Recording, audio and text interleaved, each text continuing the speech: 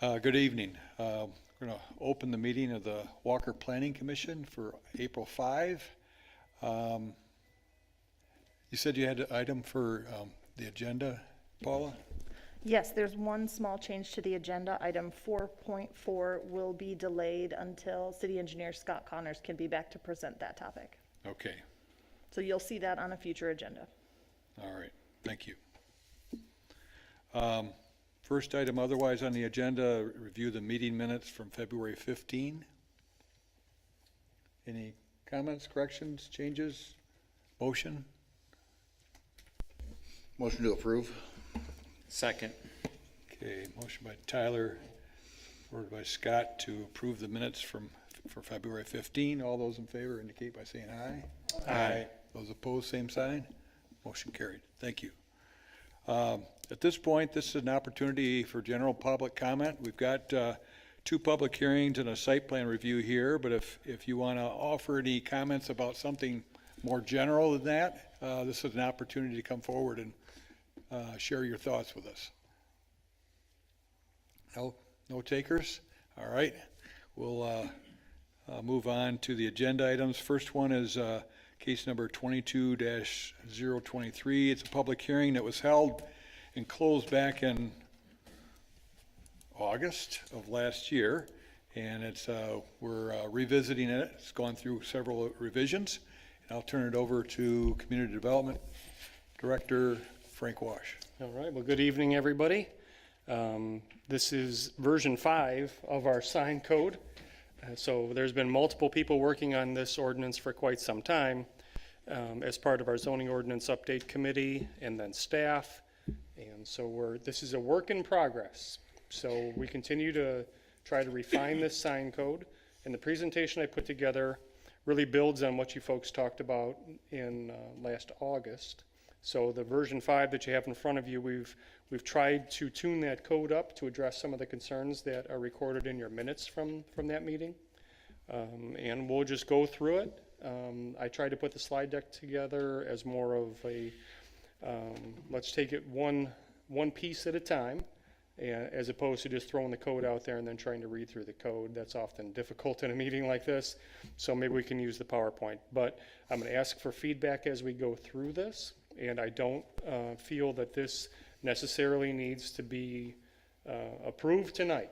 So don't feel that pressure from staff. It's more of let's just take a look at it. If it is ready, that's great. If it's not, we'll keep refining.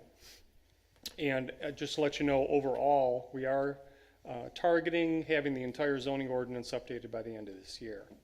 So you'll see that at the committee meeting that we have. I think it's in next month we're scheduling. So we pulled the sign code out just because of some of the things we were talking about prior to the meeting. There is a content neutrality issue that's really been out there for decades.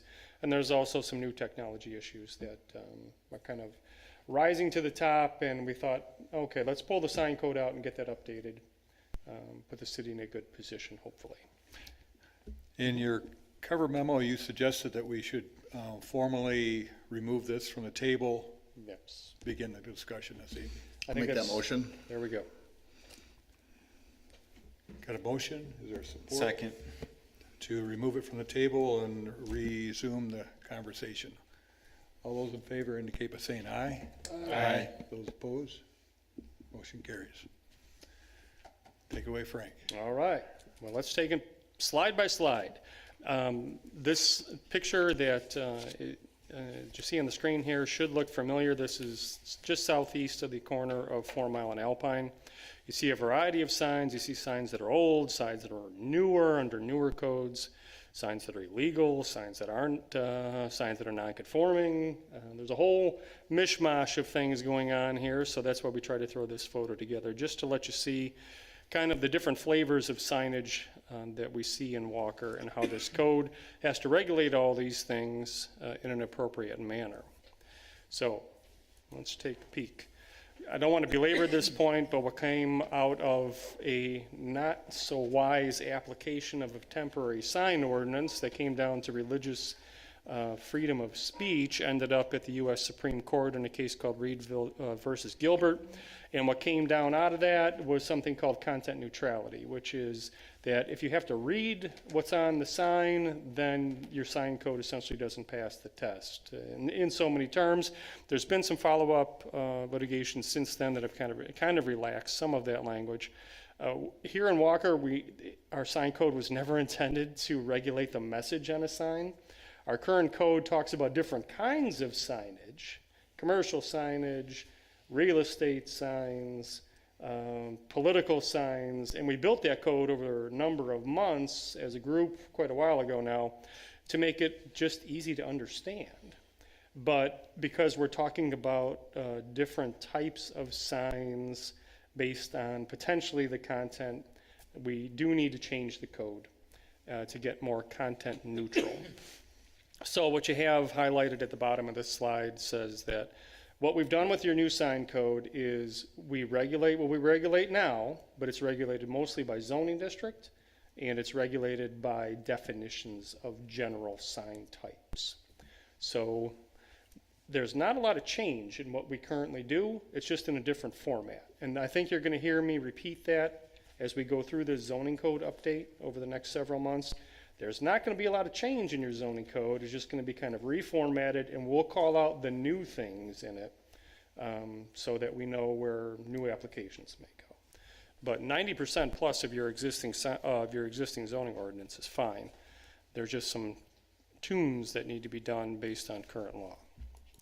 So the current sign code, there's some graphics in there, but it's mostly text. So two of the structural things that are in there now is a reference table, and I'm sure you've all taken a look at that. It's based on zoning district, which is the first column, and then you get into the different types of signs that we're going to talk about here tonight, and all of the standards.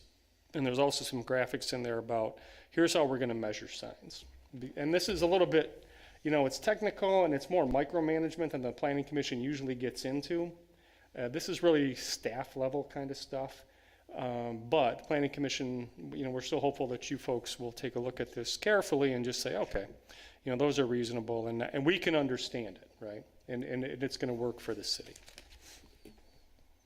All right. So let's start with sign types. Currently, we have what we would consider two types of permanent signs that are usually out by the road, for lack of a better term. The current code calls one type pylon signs, which is the sign on the top, and the other type is ground-mounted signs. With the way the code is written right now and what it's developed over time is that pylon signs would all become non-conforming. So they can stay in place. Here you see the Target sign out at Alpine Avenue.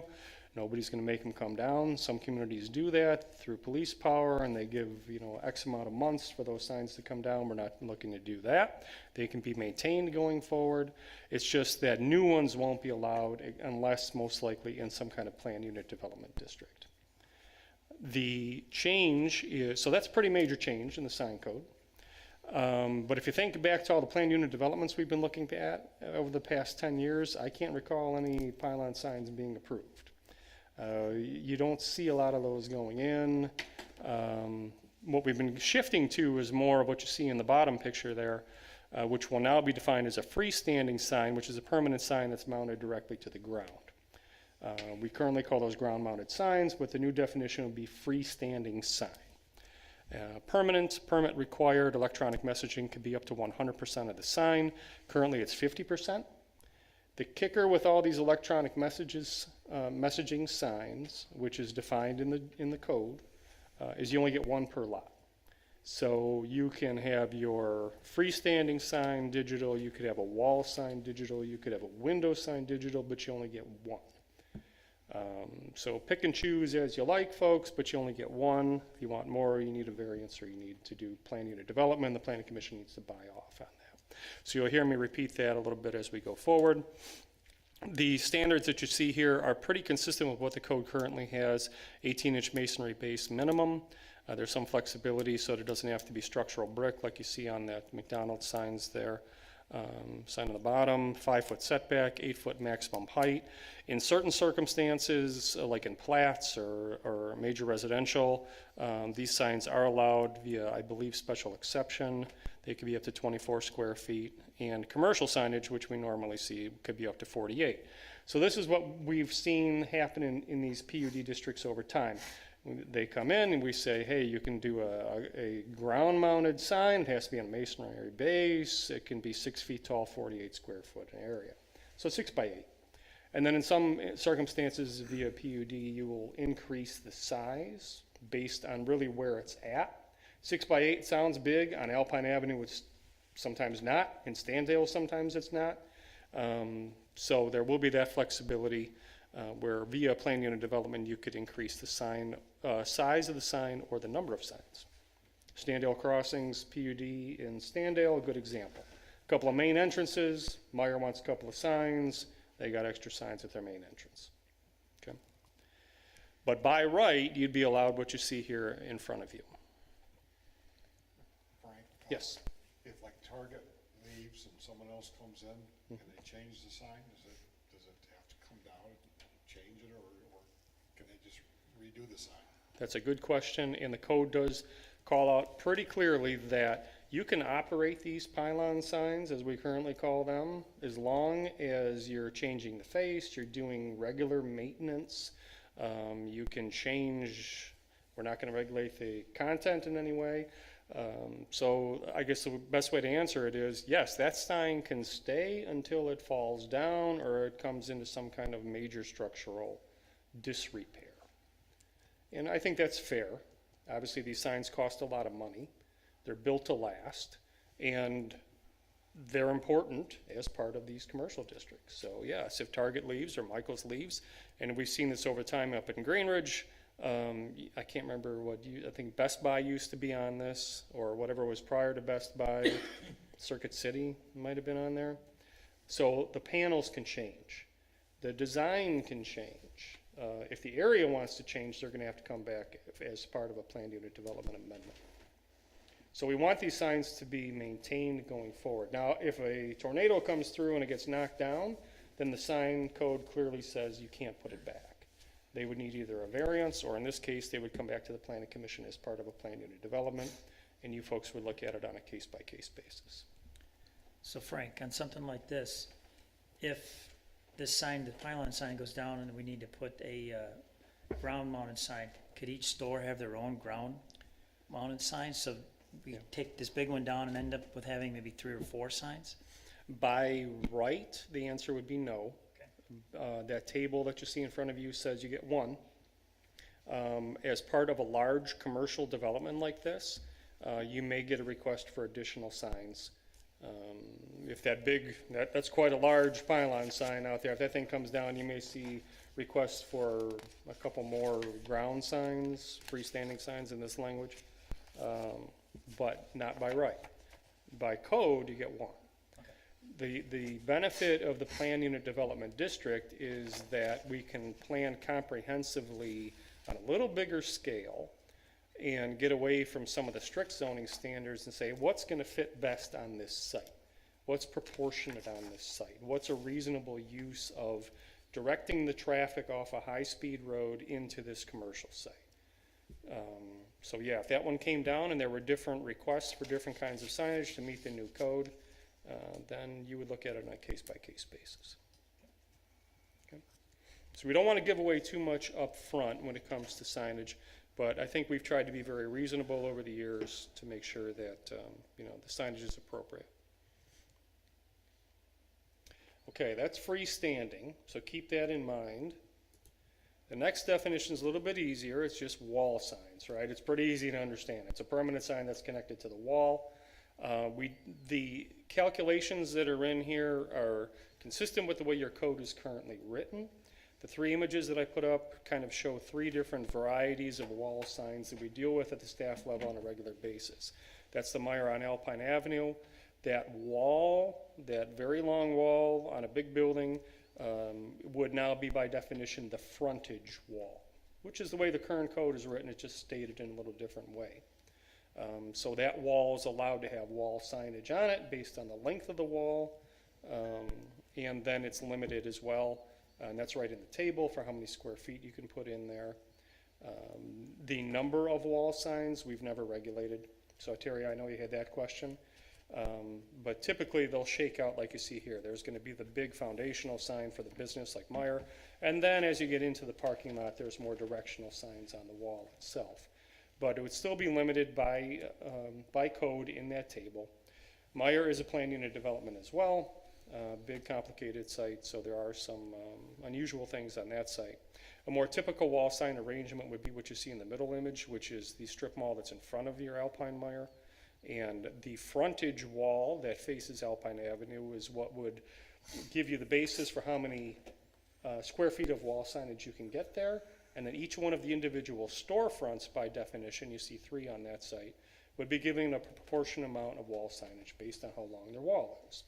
So the underlying methods in the sign code continue to be, hey, the signage is great, just make it proportionate, make it proportionate to the building.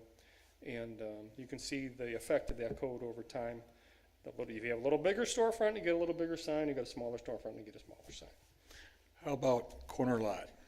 Corner lot is why we put the third image up there, which is Standale Village Mall. You're going to run into oddballs. And when we run into oddballs like this Standale Village Mall, which is an L-shaped building, you can see that their frontage wall that faces M45 is not very long. All right, this is their frontage wall. And they do have a sign here, but then all of these are storefronts. So under the code, you're going to measure this wall and you say, okay, that wall is 50 feet wide. You get 50 square feet of sign for the entire site, even if this was on a corner. So these are, the oddballs are going to have multiple variances or a planned unit development. We can't write a code that can help us out here with a lot of these existing or the new ones that come in. And you just certainly don't want to over-emphasize how much wall signage should be put here. So these, in my opinion, are going to be oddballs that either have to do ZBA approach or planned unit development and rezoning. Okay. And PUDs could increase either the sign area or the eligible walls. I think this is maybe what you're talking about, Terry, which would be if this was on a corner lot, and M45 is obviously going to be where the majority of the traffic is, so this is going to be your measure wall, and this is your secondary wall. If someone came in and this was a new building and someone wanted to shoehorn a large strip mall onto a long, narrow site like this, we would probably say at the staff level, you either need to rezone to planned unit development or you're going to need variances. We would encourage you to rezone to a planned unit development. So again, at the end of the day, there's not a lot of change in your wall sign ordinance. It's just formatted a little bit differently. This is pretty much what we've been doing in your current code. Okay. And I realize that normally you folks don't get into this level of detail, so it's probably a little bit boring, and I apologize for that. Normally staff stuff. Two other kind of strange flavors of wall signs in Walker, projecting and awning signs. So those are defined in your code. They're defined as wall signs. So everything we just talked about would be part of their regulations. If you look at the building architecture that we're looking at on these three, you can see why we don't have a lot of these signs in Walker. Tall, mixed use, urban district buildings, yeah, they're going to have to come up with something like a projecting or an awning sign because the suburban model is not going to work here, right? But if you look at these buildings, yeah, look at this is tall and mixed use. This is tall and mixed use in an older urban neighborhood. Here's another one that you see that with a projecting sign. We're not going to see many of these. I think we have one awning sign in the city. It's in Standale. Used to be a chiropractor office, and now I think it's the iPhone store. Yeah, that's the only one I can think of. Yeah. So we're not going to see many of these, but we wanted to put it in the code just in case something comes up. So there are some standards about store frontage, and obviously you want them off the ground so nobody hits their head on them. And then there's a limit on projection, and obviously they would need to be building code permitted for wind load and safe connections to the building. So you're not going to see many of these in Walker, but we wanted to put it in there. It's currently in your Standale downtown district zoning code, but no one's ever taken us up on it. So.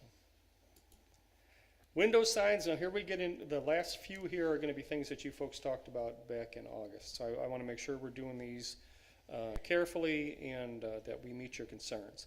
Window signs defined as semi-permanent and mounted interior, and the interior size of windows. So on the upper picture you see the, what is that, O'Reilly's auto parts store on Alpine Avenue, and the bottom picture is Wonderland, which is down at Remembrance and Leonard. And then the middle picture is just a stock image that shows a medical office and how they might use window signs. No permit would be required under the current code. You could do electronic messaging, but again, you only get one per lot. And then here's what you folks talked about last time. You said you can cover 25% of the window. Well, obviously this one, Wonderland right there is a significant violator, but it's been violating for decades. You can do up to 100% of coverage in industrial districts if it's translucent, and that came out of your discussion back in August. So we did put that into the code. Now, we tend to not be the window or temporary sign police here in Walker, so we're not going to crack down on, if this code was passed in, we're not going to go out to O'Reilly's and say, hey, you need to ratchet that window signage down. If a complaint came in, then we would negotiate it out and try and get them into compliance. You would think that the liquor stores would want to have good visibility into their site, because police always say that. Where there's potential for crime, we want to be able to see into the building so we know what we're walking into. Interestingly, the liquor stores in town like to cover their windows. So that's something that I really don't know how we're going to get fixed. If it's a priority for the city, we can get there. Sometimes what you see is what you get. So these are window signs, and we did try to put in the code language that you folks had asked for. Hearing nothing, we'll go to the next slide. This one's a little bit unusual. It's gas station canopy signs. By definition, this is in the code as well. Permanent sign, permit required, could be electronic. You only get one per site. The top image is an example of an electronic sign for a gas station. 76 on the bottom is more of a traditional logo plastic sign on the canopy. You get 20 square feet of sign on each face of the canopy that's on a road, either a public or private road. Pretty standard language there, not much to write home about. Now here's one where you guys had a lot of discussion. And temporary signs, you can see all the different flavors of temporary signs. And we currently divide these things out in your code really by type. Political, real estate, special event, all that. So somehow we need to take all of that lingo and make it content neutral. That's going to work. So what we've tried to do here is take all these different kinds of signs, and by the way, these would remain prohibited. Usually they end up in the right of way anyway. So those would be shut down. The way the code is written, it breaks down into two parts now. There's a residential temporary sign code, and then there's a non-residential zoning district sign code. So on the left you see in your residential zoning districts, a permit would not be required. You would get 3 signs per lot. The signs can be up to 4 feet high, and then the area is based on the zoning district and the size of the lot. This is, I'll be honest with you, more restrictive than what the code currently has. I don't have a problem with it. If that's the way we want to go, that's great. I will say during political season, we do not touch political signs. That's just something that is fraught with problems. If it's in the right of way, if it's blocking a clear vision corner, yes, we'll get involved and we'll work with them to relocate those signs. But otherwise, we don't touch political signs. This would be for things, other signs that would end up in a residential front yard, the stake in the ground signs or whatever. So you would get what you see here. Question on that. You're saying total maximum of 18 square foot per lot. That mean if they've got 3 signs out there, they can be no more like average of 6 square feet each? Yeah. Okay. 2 by 3, 3 by 2. And that would be on a lot that's an acre or more. You can see that lots under an acre, you get 9 square feet. So again, trying to be proportionate to the lot. And most temporary signs that you see in residential front yards are either for some kind of school event, or, you know, someone puts out a temporary sign because they had their roof done or something like that. And we don't go looking for those kind of signs, folks, I'll be real honest with you. Sometimes neighbors call on each other for whatever reason, and a lot of times that's what I would consider free speech, and we're hands off on free speech signs, you know. That's something that's protected speech, and we just traditionally don't get involved unless it's in the right of way, unless it's blocking a clear vision corner or a driveway. But this would be, if people come in, if this code was passed, we would say, here's what you get. You know, don't abuse it, things will be fine. All right. On the right-hand side there in red, you see the non-residential zoning standards. And these are more restrictive than what we currently have. A permit would be required. You can do 2 permits per year. Each one would be good for 30 days. Then you could ask for 1 30-day extension as approved by the zoning administrator. Do 3 signs per lot, 4-foot tall max, and then a total square feet of 18. Now currently what you see around town is the way the signs are defined as temporary, there's a definition of a banner sign. And we'll usually tell people you can do 2 30-square-foot banner signs, or you can do a couple of the feather signs that you see on the graphic that's in here. And it's fine. Some people go overboard. The auto auction up the street had 6 of those feather signs out there. And we had to say to them, you know, that's going too far. You need to take those down. Why don't you put up some permanent signage? And they did that, and we worked it out. But this is more restrictive. When it does come to temporary signage, we try to be reasonable. And we have no problems from a staff standpoint with these standards. I think we tried to reflect what you folks wanted to do. And again, if someone wants to do something in excess of this, they can always go to the Zoning Board of Appeals. But overall, we look at signs as a package, and temporary signs to us should be some kind of extra. You know, you're running a special sale, you have something extra going on. Otherwise, your freestanding sign and your wall signs and your window signs give you pretty ample opportunity to advertise your business. And if you don't regulate these to some reasonable extent, you end up with a lot of clutter. Okay. So we tried to reflect what you folks had asked for in the code, and we're great with it. All right, let's see what we have last but not least. And this is one where there's a change involved in the yellow. And so let's talk through this a little bit. I don't want to take too much of your time because I know you've got 2 other things on the agenda here. But billboards are important. I don't know if we can call them billboards anymore. So here's, because that's whatever, I don't even want to get into it. On 96 and 131, we allow billboards. Way back in 2008, we did an inventory of billboards, and we had 30 billboards at that time. We've added a couple more since then. So, you know, we have quite a few billboards in the city. Some are non-conforming, but most are conforming. And they meet the standards that you see on the left-hand column here in the black text. Those would all stay the same. So your billboard, what we're calling large off-premise freestanding signs, i.e. billboards, those standards would all stay the same. No change in those. That's what's in your current code. The change would be what you see in the yellow, which is electronic messaging would be allowed for both new and existing overlay signs. So, however, the kicker is there's a spacing requirement. They have to be spaced 1,000 feet apart. So that's it's much less than what the non-electronics are, which are 2,000 feet between.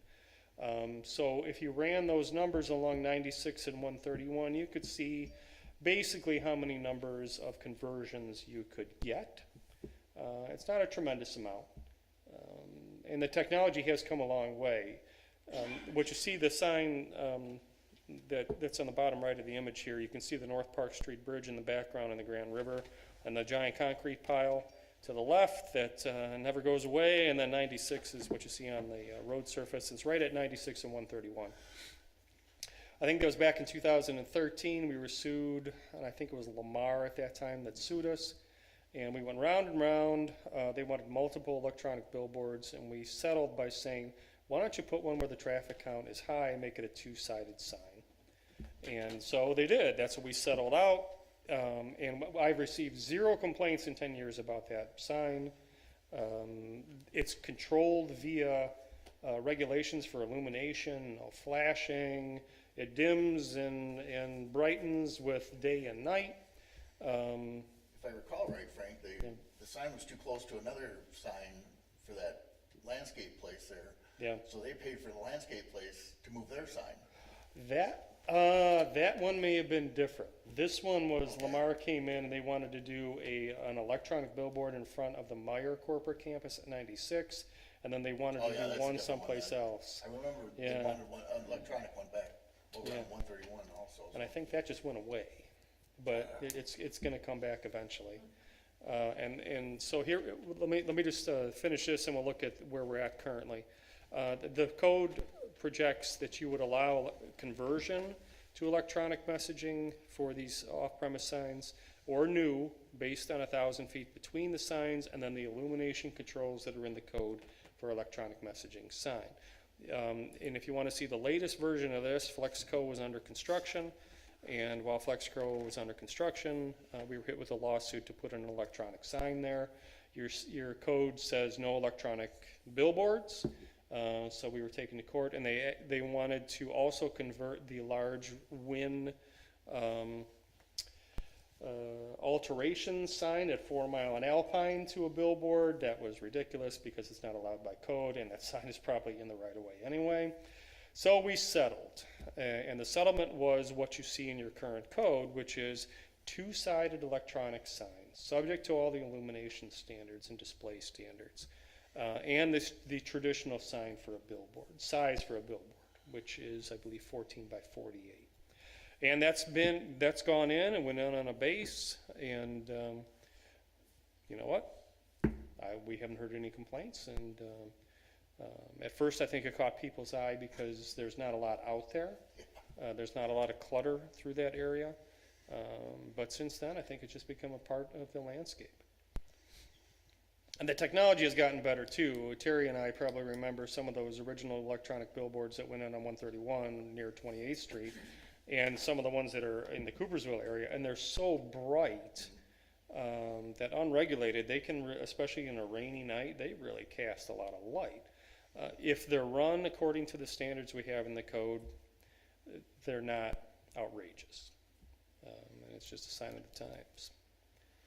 So that's why we have in your current code that the electronics would be allowed, just like you see on our last 2 settlements. And hopefully, based on the spacing standards, they'll be reasonable, and we can have an enforceable code without going to court all the time. And that, my friends, is the summary. I'm more than happy to go through and see whatever you might want to change or clarify, and we'll go from there. How about real estate signs on your own land and stuff?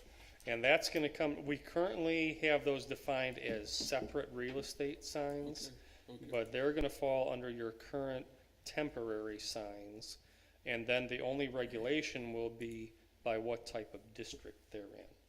So if those particular types of temporary signs are in a residential district, here's what you're allowed.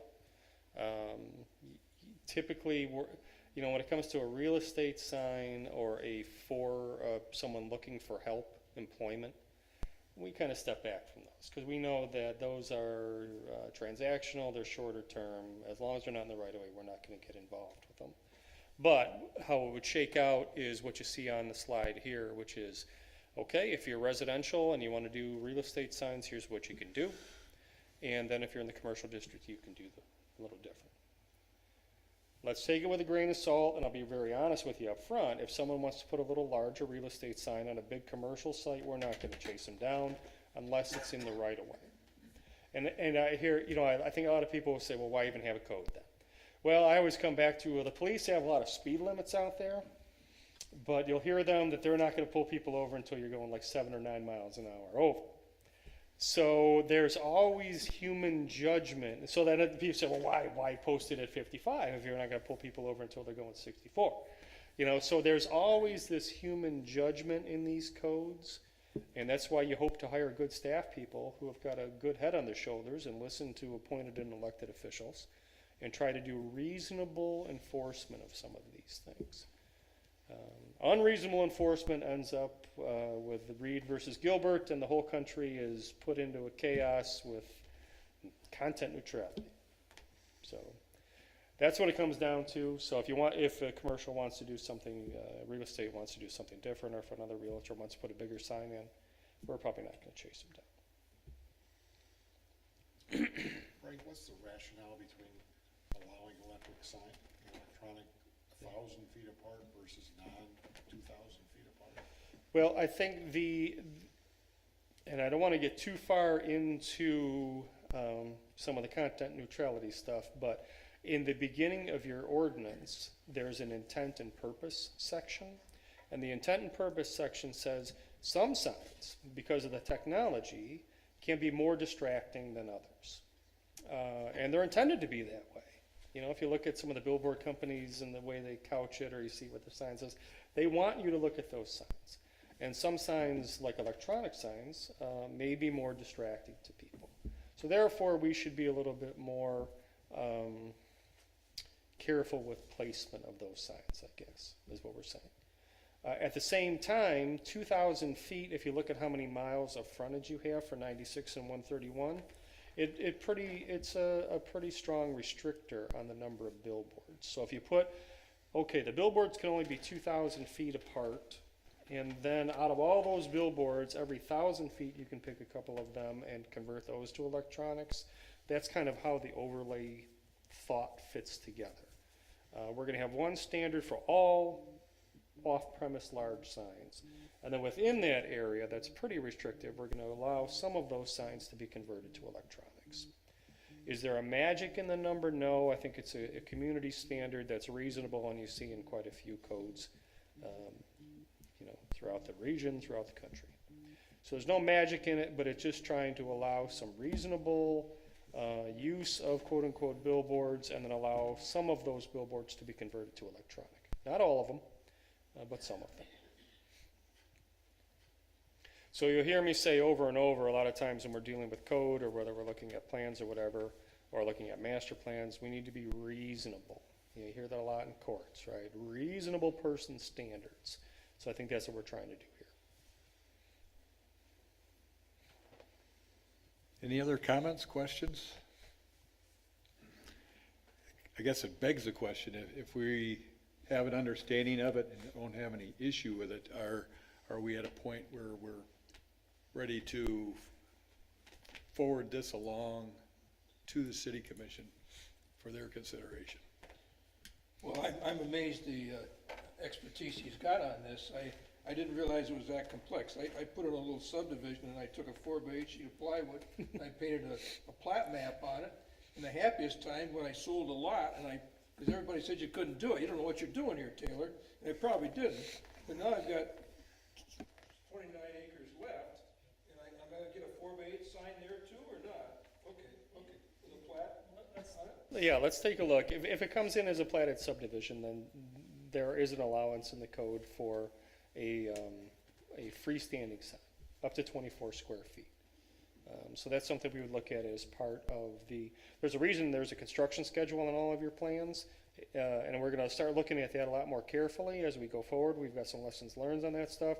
So we would probably say to you, Dr. Taylor, what's your plans for real estate signage on this thing? Let's get that on the public record now so we can agree on what we're going to do based on your construction schedule.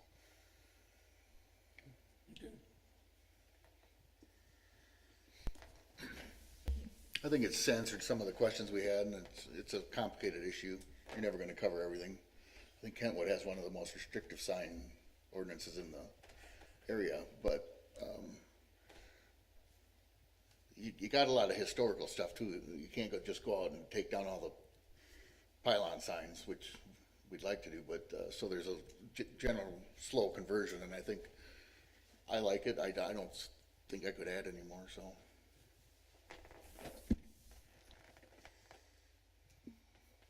Pat? Yep, I support sending it onward. I think we've done enough to it.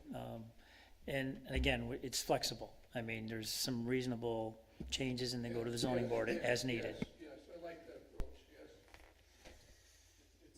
Political signs are gonna go slow on, and this is common sense, yep. Yep, It's I the agree with that. reasonable person standard, lessons learned, and then I lost my train of thought on the third one. But community standards, you know? Some communities will come in with a code like this and they will say that pylon signs are non-conforming and they all have to be, I forget the name, the term for that, I think it begins with an A, I can't remember it off the top of my head.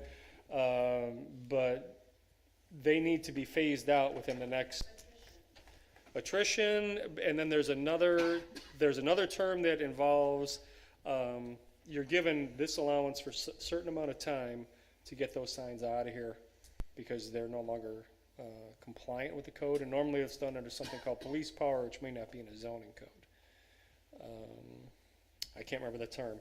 But again, community standard, and I think Tyler just tried to express that. We typically don't do that kind of stuff here, you know. And if you wanted to, you can go out on this alteration sign here, and I look at that, and I'm like, yeah, you know what, part of that's probably in the right of way. That's MDOT right of way. That sign is probably older than most of us, you know. So you got to pick your battles, right? Is that two organizations? Is that Alternation? And the Nails and Hair is another organization? Yeah, they're. Oh, okay. It's all win, isn't it? Just Well, remember, it was here's where we get into the micromanagement of zoning. Delia came in, and Delia said, "Mr. Wynn will not allow me to have my name on that sign." So your staff went out there and met with Mr. Wynn and Delia and said, "Isn't there a way that you can get her name on that enormous sign that's sitting out there?" You know, so they worked it out. So that's why you have it's a strip mall, for lack of a better term. And that's why you see multiple, and again, we don't regulate what the language is, you know? We just went out there and said, can't you make it work, you know? This is more of a local business thing. It's not like you're dealing with Walmart or something like that. We do have some local businesses on Alpine Avenue, and we try to help them out where we can. Scott? No, I agree with everybody else. We had those concerns last summer, and I think staff have done a really good job of listening to what we expressed and weaving them into the amendments here, so I'm comfortable moving forward. Dan? Can we regulate the beauty of these signs? I mean, I like it too. I mean, I think it, I mean, as far as I can tell, I wasn't here for the meeting, obviously, last year in August, but, you know, I like that there's a bit of flexibility here, and we're not going to be going after people that are maybe fringe violators or anything like that. So if anything comes up along the way, we'll make those changes, but I think it's fine. Thank you. Joe? Yeah, I agree, yep. Mark? I think I'm amazed at the number of the independent operators. I mean, we've got so many chains and stuff, that something like this, I think we should give a little break too. This alterations, you know, that's probably one little gal in there, and when you need her to fix your pants, man, she's important. You know? I think it's well thought out, a lot of work went into it, it's time to move it on. And from my standpoint, I think, agree, I think it's been responsive to the issues that were raised by the Planning Commission. I believe they've done an exceptional job of the content neutrality. I think that as I look through those, I can see, well, maybe it's content neutral, but this is really set up for a directional sign or a real estate sign. So it's making provision for all those types of signs, but it's in a manner that's appears to be consistent with the court decisions that have been made. So I as well feel that it's in at a point where we can send it along.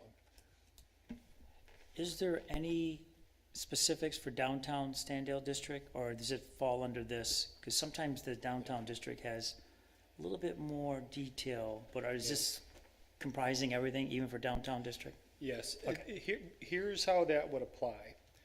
Remember, we're changing the entire zoning code based on your master plan. And I don't want to get too far in the weeds here. The zoning districts, the Standale Downtown District for the time being will remain. And there are some sign standards in there that are a little bit different than the sign code. If someone wanted to come in and build a downtown style building and wanted to do projecting signs or something like that, there's some of that content in the Standale Downtown District zoning code that allows for more urbanized signage. That goes a little bit further than what this code is. However, keep in mind that with the new sign code that we're working on, the Standale Downtown District would go away and it would become an overlay. And we would reduce to 2 commercial districts in town, a C1 and a C2. So the SDD would go away, and then that would just kind of float above with some different downtown standards. So yeah, there is a little separate in the SDD. That's going to stay there until the entire code is rewritten. Good point. All right, with that conversation, is anyone ready to offer a motion? I'll make a motion for case 22-023. I recommend that we forward to the city commission the zoning ordinance amendments, Article 14, sign regulations as presented this evening. Okay, got a motion by Tyler, supported by Joe. Any other questions, comments? All those in favor indicate by saying aye. Aye. Those opposed, same sign. Motion carries. Thanks a lot, Frank. Thank you. Paula is going to handle the rest of the meeting, so I don't want to sit here like an overbearing boss. So I'm going to get out of the way and let Paula run the show. Thank you. Thank you.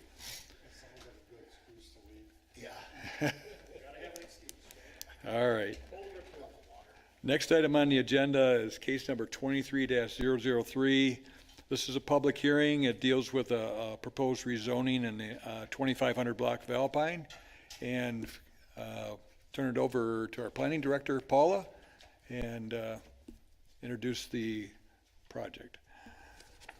Thank you, Chair, and thank you everyone for your patience as we get to the parts of the meeting that I believe most of you are here for.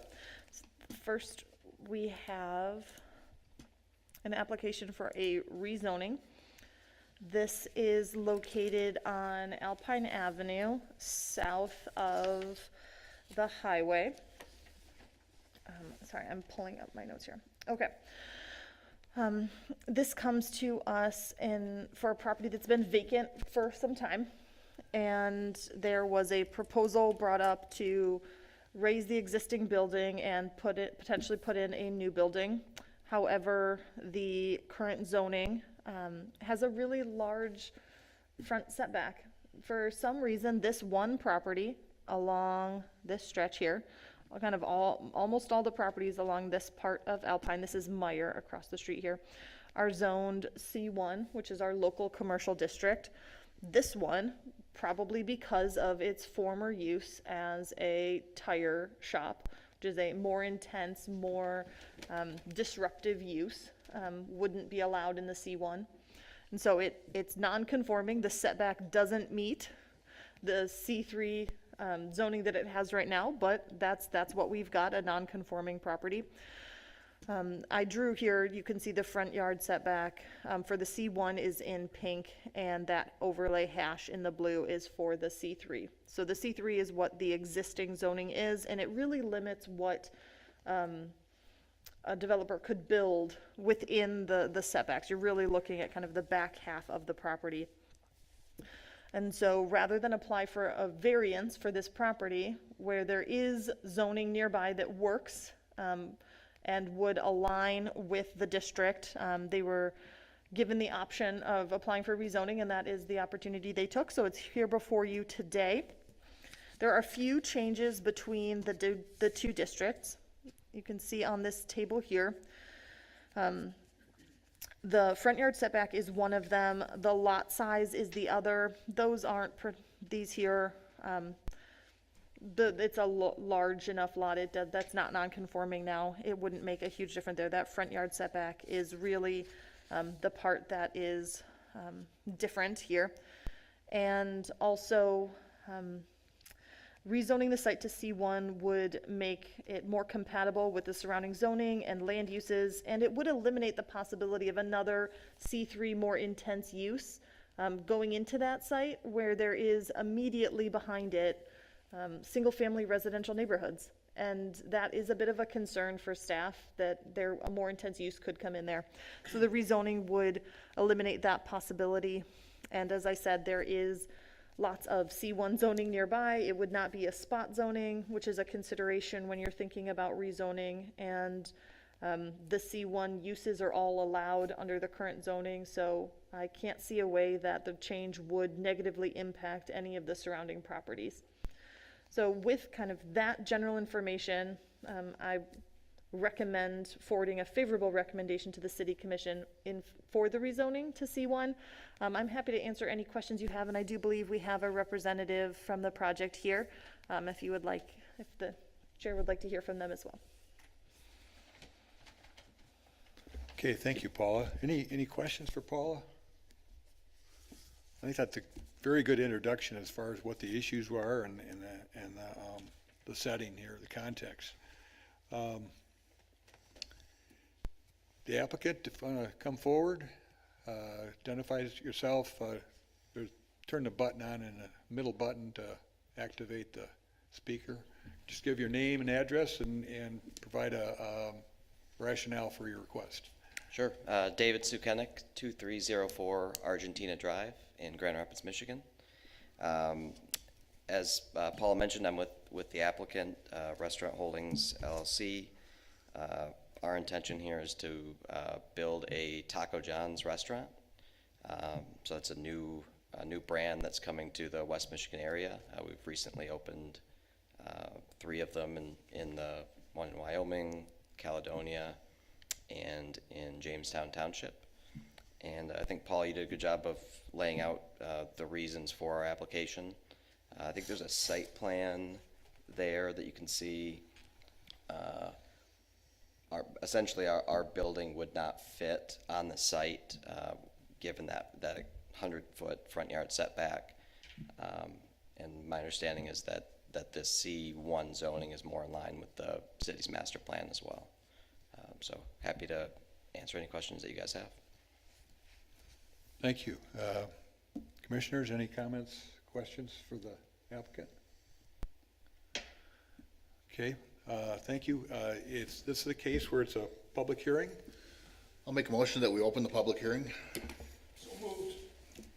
Okay, motion by Tyler, supported by Joe to open the public hearing. All those in favor indicate by saying aye. Aye. Those opposed, same sign. Motion carried. Anyone here that would like to come forward and offer any comments on this request?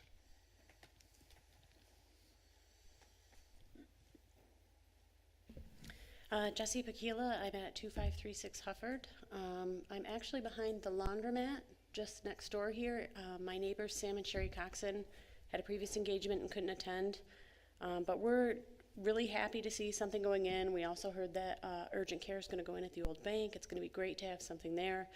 We're just hoping to have some kind of green barrier at the back of the lot, maybe at the top of the hill. Even, I know people say the dreaded arborvitae because they're so cheap, but I mean, they're cheap, they can be tall enough, they fill in, and they take very little maintenance. So I did bring some information on just one example. I don't know if I could give that to you or not. Sure. Yeah. And I also don't know, maybe the planning ordinance already requires a green barrier between residential and commercial. I kind of looked briefly. All I really noticed was the 24-foot setback. So we're just hoping that we could get that to help with kind of light and sound deafening between the properties. Thank you. Did any of you want a copy of the information? Or I mean, I know it's more for just a suggestion, so. Do you have one copy of or multiple? I'd be happy to take a copy. Thank you. We can pass it around. Chair, if I may. Yes. What we're discussing here tonight is just the rezoning. If that moves forward, I believe the applicant would choose to move forward with their project, it would come back before the board for a full site plan review. And at that time, landscape, required buffering, all of that will be a major part of the discussion.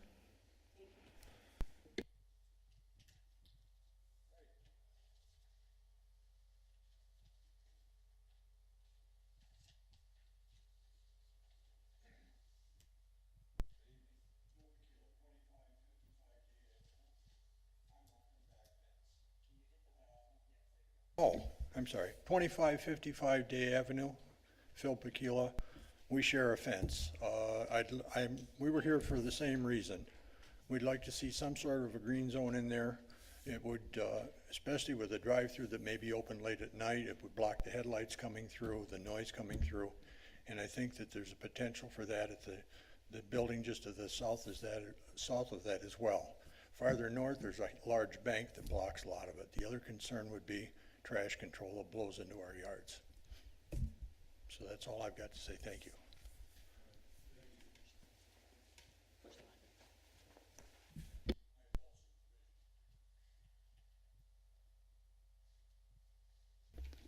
Any other comments?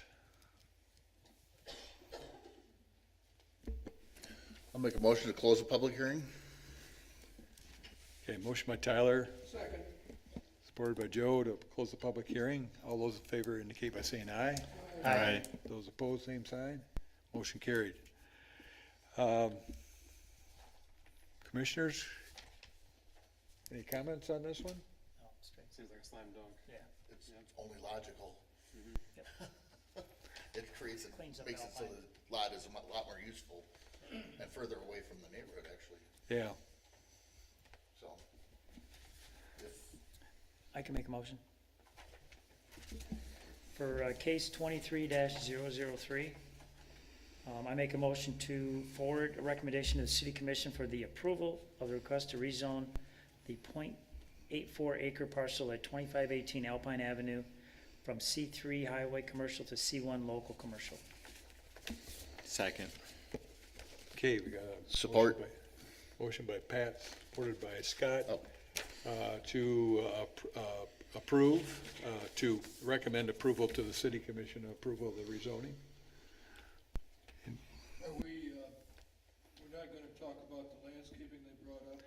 That'll be Is that separate. possible, though? Is that something we can do or not? No, not right now. It's not part of this. It's not part of this action, but as Paula pointed out, for the use that they've described thus far, that would come back before the planning commission for review at a later date. Would there be a possibility we could do that then later on?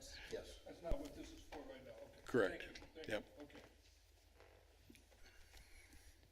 Okay. Okay? No other discussion? All those in favor indicate by saying aye. Aye. Those opposed, same sign. Motion carried. Thank you. Pass this down. All right. Next item on the agenda is a site plan review involving the disc golf course located in Johnson Park. And again, Paula, our planning director, will introduce the project. Thank you, Chair. So what we have in case 23004 is a site plan review for a new 75-space paved parking lot at the Johnson Park Disc Golf Course. That's at 3999 Butterworth Drive. It's brought to us from the Kent County Parks Department. They are hoping to utilize some community development CARES grant funding to update this parking lot for a park in our community. And some of the details that I wanted to point out to you as we get into this. So there is some information on the site plan about the design intent related to that funding source. It's the parking lot has lots of green space, that's wide spaces, lots of trees to facilitate social distancing and other things related to the funding. Most of the comments that staff had were resolved at site plan review committee at the staff level. There weren't that many, and almost all of them got resolved. There are just a few outstanding ones. I'll be just covering the one from the kind of planning and zoning perspective, as well as the few comments that the engineering department had, because Scott Connors is not with us tonight. He is in Florida on spring break, lucky guy. So the one comment from a planning perspective is that there is no lighting shown on the site plans within the parking lot. That's unusual for us. Things to consider with that, it's generally a part of it. We usually require lighting plans as part of the site plan review process. However, it's a unique case. The park is open from 7 a.m. to sunset, so it's not usually open at night when there would need to be parking that's lit with exterior lighting. And then within this part of the ordinance, it's guidelines for the planning commission. The board has a lot of discretion to determine if lighting, which would be a major upgrade and change to the plans as shown, would be required or not. Overall, it's my opinion, the staff opinion, that the project is great and should move forward. We recommend approval. There are a few items from the city engineer's report that I will mention as well. As you can see, this is the parking lot that is existing today at Veterans Memorial Drive and Butterworth here. It is a gravel parking lot that has space for somewhere around 40 vehicles if people, choose to park relatively close together, which when it's gravel and unlined, they don't always do. So we think it's going to be a big improvement. Scott's report here has just a few comments. The retention pond spillway was moved east to better align with the cross culvert underneath Butterworth Drive. The notes for the spillway still point to the old location on sheet 3. This should be adjusted to the new location. Need a few more details related to drainage and proposed retention design. That can be handled as part of the engineering permits related to stormwater and soil erosion. And the plans were revised, but they do not show a revision date. So these are 3 minor things that can be easily resolved. And those are recommended as conditions of approval for the board. Let me pull up the plans here just so that everyone can see what we're discussing. Existing conditions, here is the site plan. So it is a major upgrade from the parking lot that exists today. The gravel kind of comes in this area, and now we will have a much larger, well-spaced out plan. I also wanted to show you the landscape plan, which has way more than the number of trees you usually see on something like this. It is a park, and they have done a great job ensuring that the paved parking lot will fit in with the very natural wooded environment of the area. I'm happy to answer any questions. We also have the applicant here with us tonight. Thank you, Paula. Any questions for Paula at this point? Okay. Seeing none, gentlemen up front making presentation on behalf of the parks. Hi, Brian Mulligan. I'm the landscape architect for the Parks Department. I'll give you my work address, 1700 Butterworth, Grand Rapids. So the disc golf course has been there since 1993. When I started with the Parks Department in 2003, I don't believe it just had posts for baskets. So it wasn't very popular of a disc golf course. In 2017, the disc golf groups got together and fundraised and upgraded the area with new baskets, tee pads. And when they did that, it became a lot more popular on the weekends especially. So our little gravel lot of around 40 spaces doesn't serve well on the weekends. So we have heard people are parking on the road and different places. So with the community development money, we had the opportunity to take advantage of that. So this was a good spot to do it. So we're basically kind of trying to double the spaces to about 77. Hopefully that's enough. And then meeting all your guys' ordinance with stormwater in it. So it's pretty simple. So any questions that you might have? It was discussed about lighting. Did you guys ever put together a cost of what the lighting would be if you had to do it? We don't usually do lighting because we are closed at sunset. So we allow probably in the last 10 to 15 years, we've added lighting to our enclosed rental shelters because they are there till 10 p.m. But with a park setting like this, we don't put lighting in. So I did not look at any costs associated with it. Yep, I totally agree. I understand that. It's not in use. I mean, I see a street light right there on the corner where you Yeah. go in, so that's gonna provide some light. There's a power pole in the back that I was almost thinking if we had to have light, put a big floodlight on top of that thing and aim it at the parking lot. Yeah. It actually kind of helps if you say you're closed at sunset to discourage nighttime activity. Not that we can stop it, but that will discourage it. If you light that lot up, then they might be there till midnight, 1 a.m. So Yeah, then go down the street at Johnson Park then. yeah. Thanks. Any other questions?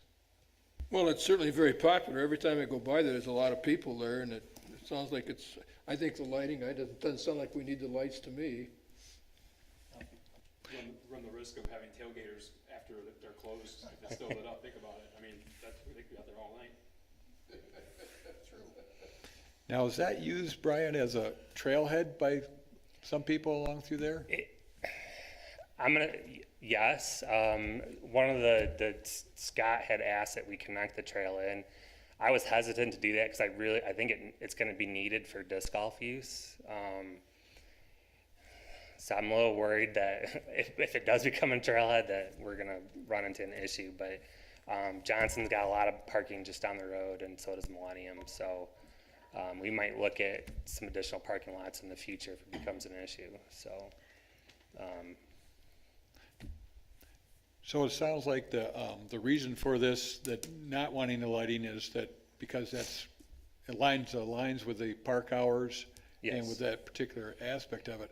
I guess over time, if something would change, you introduce another activity area there, then there may be a need or a desire to adjust that and perhaps provide lighting at that Yeah, point. this little spot here, I want to say it's about 20-ish acres where this disc golf course is. That's about all you get to put there. If you guys have been by there, it's straight uphill for the second hole at least, you know. So I don't anticipate us doing any more stuff there. You'd have to do a lot of dirt moving to make anything else happen. So I have to do a lot just to get this lot in. Yeah. The existing lot's about 5-6 feet above Butterworth already. So that's kind of why I turned it and pushed it back a little bit to make that work. So I was wondering why you turned it, because right now it's going like parallel with Butterworth, and then you turned it 90 degrees. yeah, well, it's stormwater detention, number one, and having where to let that overflow happen. And then it just wasn't fitting going the other way, trying to get maximized spacing. So turning it in kind of helped. But the drive is, the drive is a 5% grade, which I don't like, but I'd have to really drop the whole thing down to make that work. And we're already probably moving 5,000 yards out of there to make this work. So. All right, this is not as a public hearing, but we have got a couple of people in the audience. Do you have any comments or questions you want to pose? Can we go up together? Sure. Yeah, Bruce and Darcy Griffiths, 3952 Riverbend Drive. So we live directly on Riverbend, and our property butts up to the park, to the Frisbee Golf. Ninth hole or whatever. Yep. So, yeah, we're actually in agreement with the lighting. It sounds like that's one of the bigger issues with, I guess I've used the analogy, if the light's on in a house or in a bedroom, hey, we're open. So if it's off, we know it's closed. When we drive by, if, somebody's in there, we know they're probably not supposed to be there. So we're pro no lighting, not to mention it would shine, we would probably see the lights and be one more thing that we'd see, and we enjoy, yeah, we have the castle to look at already. So, yeah, we enjoy having the woods and just it being dark and keeping it natural. So we're pro no lighting. Yeah, from my perspective, walking back in there, we moved in, we actually own 2 properties there, and we moved in just before they redid the park, and it was a little shady, sketchy, for lack of better words, prior to them doing that. So the traffic has been better with the flow to keep out some of that. But there has been a lot of erosion from people walking up the hill, the backside of the hill. There's a lot of the pads are wearing out by them. So I don't know what the funding looks like for them, but if there could be funding that could be spared to maybe make trails that were paved or were something else so that people were not walking off and there's more erosion, because it is getting pretty bad because it is very busy. We are for the parking lot getting expanded because people do park up and down the road, and it is dangerous.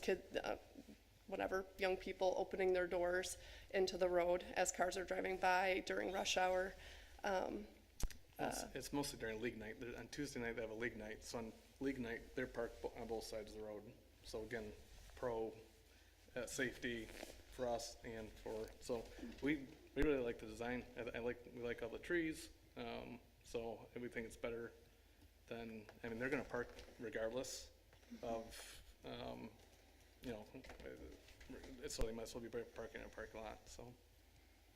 And I believe, and I don't know if you can answer this, what my wife's talking about, that would be probably something to talk to him. That's not on the agenda for tonight, it's just the parking lot. Yeah, I think this is a good opportunity to catch him after the meeting adjourns and kind of share your thoughts there too. Yeah, exactly. Yep. Yeah, that's it. All right, thank you. Thank you. Commissioners, any further comments?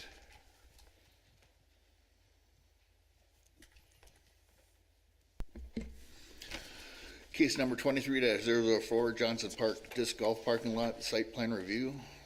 Based on the application material provided, I make a motion to approve the site plan for the new paved 75-space parking lot and other site improvements for the Kent County Parks Department at 3999 Butterworth Street Southwest at the Johnson Park Disc Golf Course, subject to the following conditions and based on the findings of fact noted below.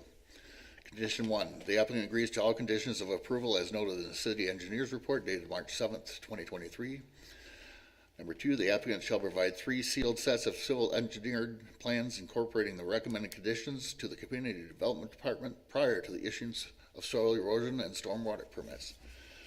Finding of facts. Drainage of surface water. Proper site drainage will be provided so the removal of surface water will not adversely affect regulated natural areas, neighboring properties, or the public storm drainage. Excuse me.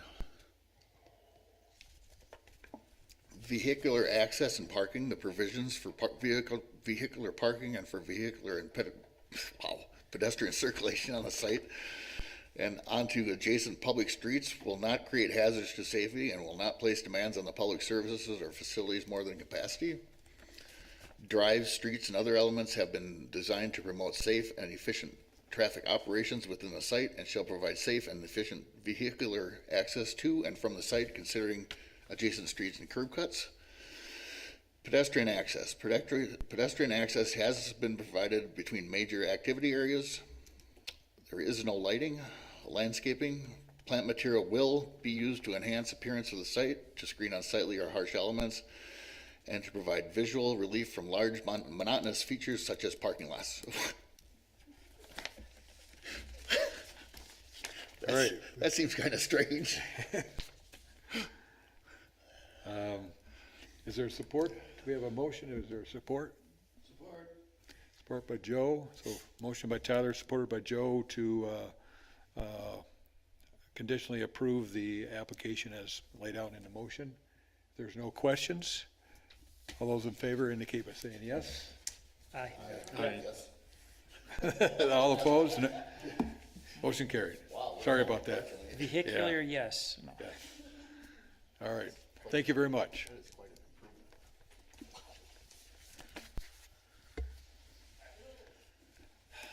She probably did that on purpose, yeah. She probably did. All right. Administrative site plan reports. We have two of these. I'm not sure how these have been handled historically, but, the ordinance says that I'm supposed to present them to you when I approve them, so here we go. Just pretty short and sweet. They're out of order on the agenda, so we'll go in the agenda order. You want to turn your mic on? Thank you, I apologize. I hear you, but it's good. 23 AO2 is for the Savannah at Waterford Village multifamily residential development. There were a few building shifts that they requested. It's an amendment to the approved final area site plan. So these are the buildings that got shifted in small ways. You wouldn't be able to tell from the plan. They are minor changes, but they do require approval from us in order to move forward with utilities and stormwater permits and things of that nature. So as you can see, all the buildings here are noted as they were shifted. I spent some time with a fine-tooth comb comparing this to what you had previously approved. All of the setbacks are maintained, all of the building spacing is maintained. Several large trees are being preserved. In a few cases, there were issues with utility connections and trees and driveways, and so minor shifts were made. It's made a lot of sense to me for approval, so that is the first of the administrative site plan reviews. And the second is for case 23A01 for the Ago gas station that is under construction currently at Leonard and Wilson. What you can see here is they made a minor change to the building size and shape. It is slightly smaller, but it's a little deeper, not as wide. Again, it's less than 10% a change in size, and all other aspects of the site plan remain unchanged from the approved final area site plan. So all of these sorts of little adjustments require my review and approval, and I'm now letting you know that I reviewed and approved them. So that are those elements. Are there any questions about that or anything you would like me to do differently as more of these come forward? Wonderful. There was one other element that we postponed. Scott wanted to update you guys on city projects, mostly road projects happening, so you'll get that at a later date. The only other thing I have, kind of in general comments for the board, is the next meeting is on April 19th. We have 3 site plans coming, so it will be a busy evening. One of them is a site plan and a rezoning. So we've got another building going in next to the Triangle construction kind of office building at 3 Mile and Fruit Ridge.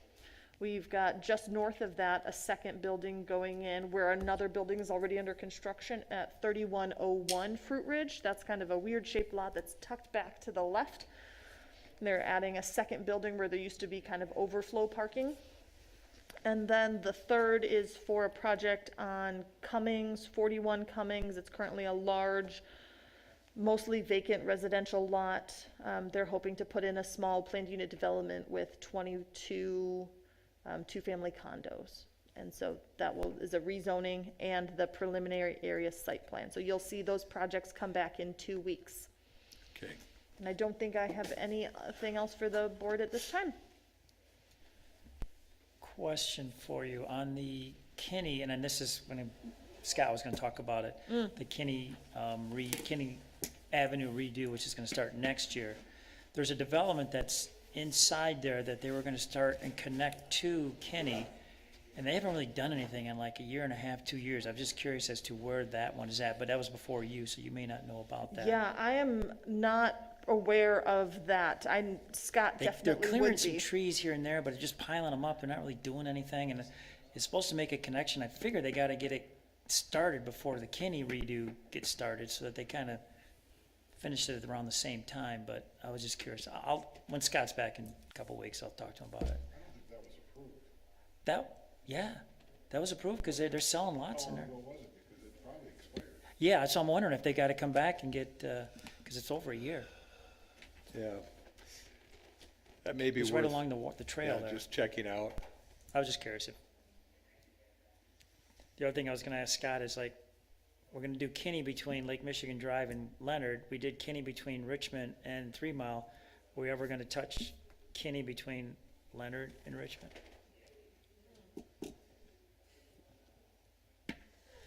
Yeah. It's a great question for 'cause Scott it's to just- answer. I mean, you're gonna have brand new, old, brand new. Yeah, yeah, Anyways.